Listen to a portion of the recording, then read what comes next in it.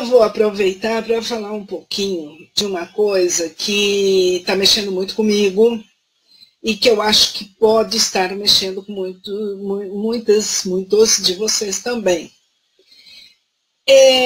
Por incrível que pareça, gente, às vezes acontecem coisas nas nossas vidas que a gente está acostumado a lidar, a ver, a reconhecer nas outras pessoas, e quando acontece com a gente simplesmente não enxerga.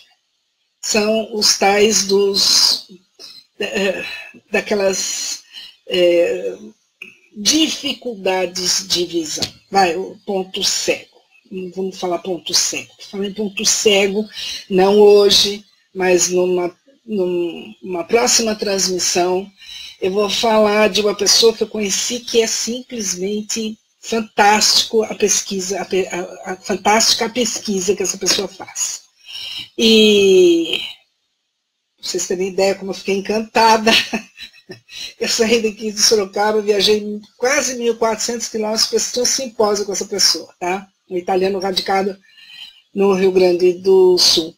Mas eu vou falar mais detalhadamente sobre ele, sobre o trabalho dele, numa próxima transmissão. E ele fala do ponto cego. O que é o ponto cego? É aquilo que faz parte da tua vida, da tua existência, do teu momento, mas que você não consegue enxergar. E por não conseguir enxergar, você acaba, às vezes, andando à deriva, ou, pior do que isso, provocando alguns acidentes emocionais, mentais, espirituais e até físicos consigo mesmo. Né? Quem dirige sabe, o carro, quando você está dirigindo, sempre tem um ponto cego. Ou seja, se naquele ponto cego tiver um outro carro passando, uma moto, alguma coisa, a gente não vê, mesmo que esteja atento, olhando no espelho retrovisor e no espelho lateral. Ele está num ponto cego, você não enxerga. E aí é um risco muito grande de sofrer um acidente ou de vir a cometer um acidente. Então, o que andou acontecendo? Andou acontecendo que eu tive uma fase muito longa, aliás, ainda estou nessa fase em tratamento, de estafa, fadiga crônica, fibromialgia, as dores crônicas da artrose, enfim, isso é anos e anos e anos de tratamento, de tudo que vocês podem imaginar, de medicação, de remédio, de fitoterapia, de terapia, de especialistas, enfim. Em nenhum momento eu fui responsável com a minha saúde. E, logicamente, estudando, pesquisando e tentando encontrar alguma outra coisa que pudesse me ajudar nesse processo. Até que, há uns 5 meses, 4 meses atrás, mais ou menos, eu fui numa geriatra. Eu estava numa sequência de uma série de problemas, tinha ido no neurologista, tinha feito uma ressonância e tal, não sei, uma série de coisas, e a geriatra, eu levei todos os exames para ela ver, e ela falou, você já levou essa ressonância aqui para o seu neuro? Eu falei, já, o que ele falou? Ele falou que o que tem aí não é para eu me preocupar, é para eu ficar em observação, caso eu perceba alguma coisa diferente, eu retorne lá. Aí ela falou, pois é, pelo que eu estou sentindo aqui, pelo que eu estou vendo, pelo seu histórico,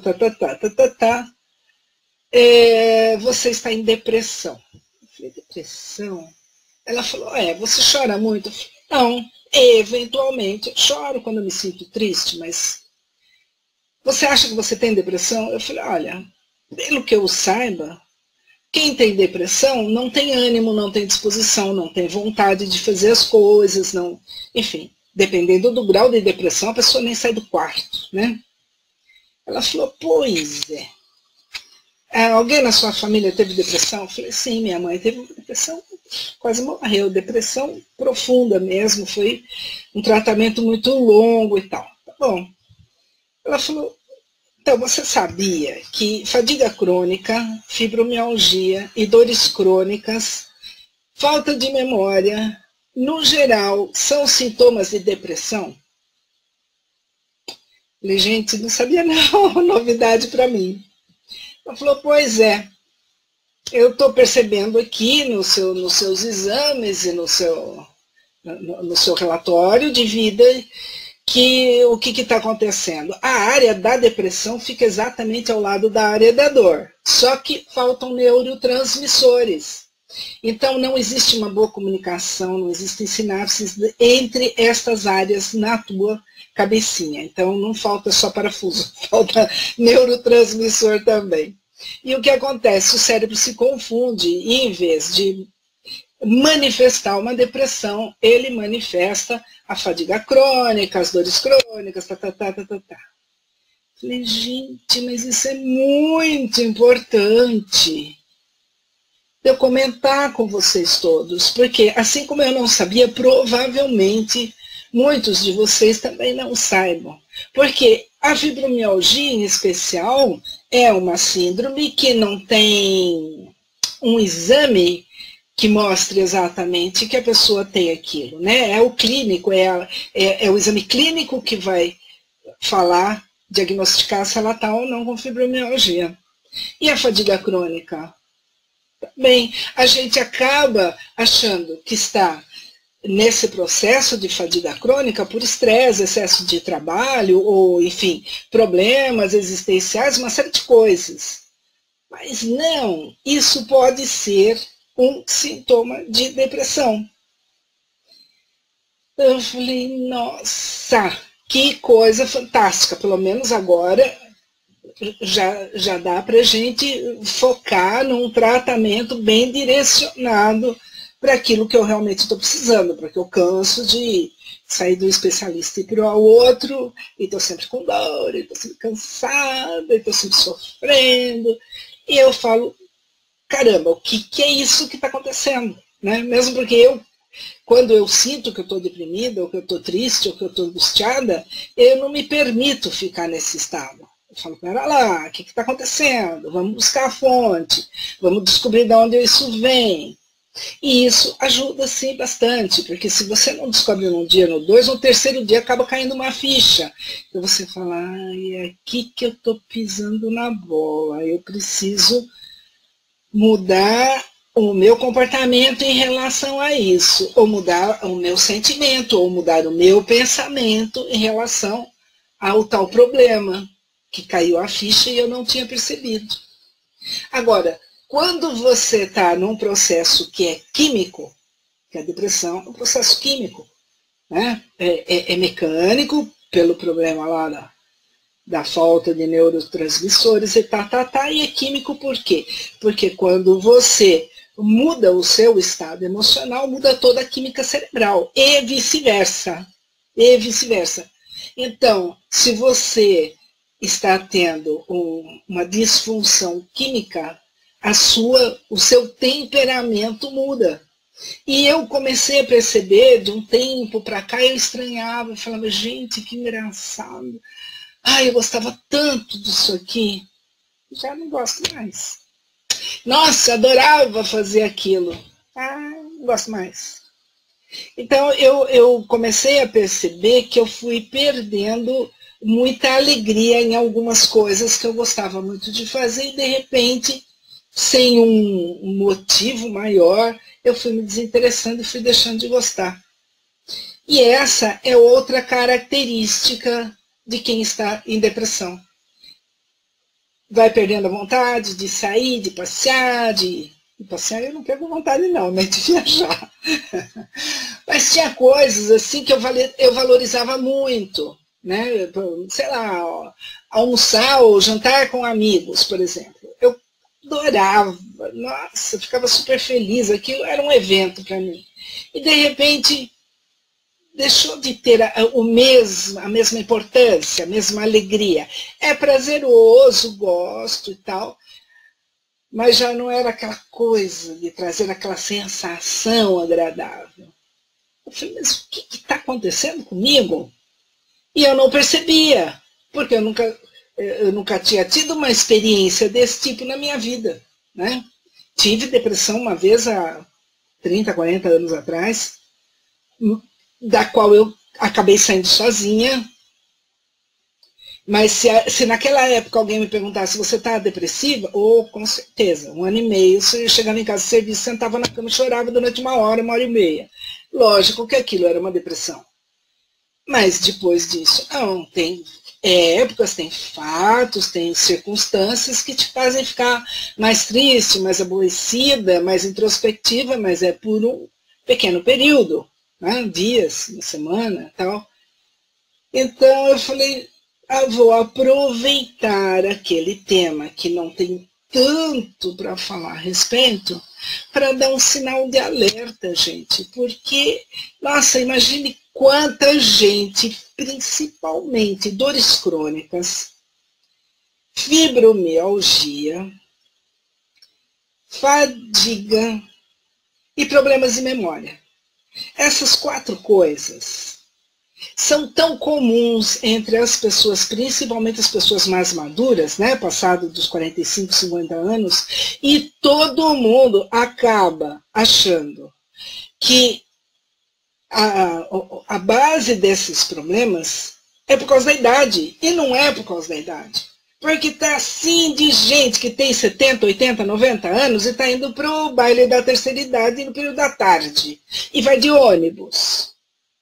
Então, se fosse da idade, todo mundo ia ter fibromialgia ou dores crônicas, ou enfim, né? E não é assim. Então, é legal a gente estar atento, começar a observar essas coisas. E o que é mais interessante? Esses sintomas nunca estão sozinhos. Sempre a gente vai ter 2, 3 deles. Eles podem até mudar de ordem, mais ou menos, né? Inclusive, eu fui fazer a consulta com o neurologista porque eu estava muito preocupada com a minha memória. Uma coisa absurda, que eu esquecia tudo. Então eu falei, gente, eu estou preocupada, minha mãe teve Alzheimer, o que está acontecendo comigo? E, no entanto, eu fui para uma coisa e acabei saindo com outra. Mas eu acho que é um assunto que a gente tem que começar a vigiar, a se observar, e se perceber que está com mais do que 2 sintomas desse, está com fadiga constante, tem problema de memória, tem fibromialgia, tem dores crônicas, se tiver mais de 2 desse ou 2 desse, já vai procurar um geriatra dos bons, porque pode ser uma depressão que está instalada. Ela, pelo que ela viu lá do meu histórico, essa depressão tem anos. E realmente, alguns anos atrás, eu tive um problema seríssimo. E eu vinha de uma fase muito difícil na minha vida. Então foram vários ciclos muito difíceis. Eu digo assim, tenho 65 anos, não posso reclamar da minha infância nem da minha juventude, e as minhas dificuldades têm só uns 43, 44 anos. Dali para frente foi uma verdadeira loucura. E eu não tive muito tempo para tomar fôlego. Eu saía da cruz para a caldeirinha, como diz o ditado, né? Então foram muitos ciclos muito longos de muitos problemas. E alguns intervalos com as coisas mais tranquilas. E como há alguns anos atrás eu tive um problema muito sério, que mexeu demais comigo, a partir daí as minhas dores no joelho ficaram crônicas, eu já tinha algumas crises eventuais, eu fazia tratamento com ortopedista e tal, mas a partir daí as dores ficaram crônicas. E a partir daí eu comecei a ter outros sintomas que eu nunca tinha tido.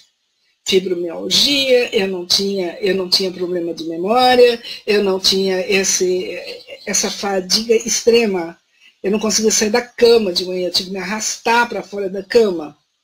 Então, mas eu achava que isso tudo era decorrente de eu ter muitas atividades, enfim, de fazer muitas coisas, e da idade, né? Todo mundo fala a idade. Não é idade, gente, não é idade. E isso é consequência de todo o nosso histórico de vida, de como a gente levou a vida até agora e o que foi que a gente pisou na bola. Essa é a verdade. E nós temos que aceitar a verdade, né? Porque Quando a gente estuda a metafísica da saúde, ou mesmo leitura corporal, a gente vai ver que o corpo fala tudo o tempo todo. Eu não sei se vocês já perceberam, mas se não acontece com alguém de vocês, pode acontecer com uma pessoa próxima. A pessoa está legal, está bem, de repente acontece um evento qualquer na vida dela, o corpo dela começa a mudar. Muda a feição, muda a queixada, ou muda o estômago, ou muda a barriga, ou muda... Por quê? Porque cada tipo de temperamento vai ter somatizado no seu corpo físico alguma coisa em algum lugar. E ele vai mostrar. Então, não é só o problema físico. Aliás, o problema físico é a decorrência do problema emocional. É uma forma que a natureza encontrou de dar um alerta, só que quem não conhece só vai parar no médico quando a dor é física, né? Mas não consegue perceber muitas dessas mudanças físicas, porque às vezes não são acompanhadas de dores, né? Então, qual é o meu recado? Observem-se, vigiem-se, estejam atentos o tempo todo, observando as próprias emoções, os próprios sentimentos, o próprio comportamento. E as mudanças que às vezes parecem tão sutis, mas que elas vão agregando dificuldades e mais dificuldades, e que quando a gente percebe, a gente já entrou de cara num poço de lama. Porque como elas vão acontecendo aos poucos, se a gente não ficar atento, não perceber a tempo mesmo, elas somadas derrubam a gente, né? Tá bom, então, meus queridos e minhas queridas, eu espero que hoje eu falei de 2 temas, tenham sido interessantes, possam ter alertado sobre algumas coisas. E se alguém tiver... Maria de Lourdes chegou agora, não tem importância, querida, depois você assiste o vídeo, tá bom? Se alguém tem alguma dúvida, põe ali para mim, gente. Ou se alguém tem alguma sugestão de um outro tema para a gente falar semana que vem, alguém vai me ajudar e vai me sugerir um tema?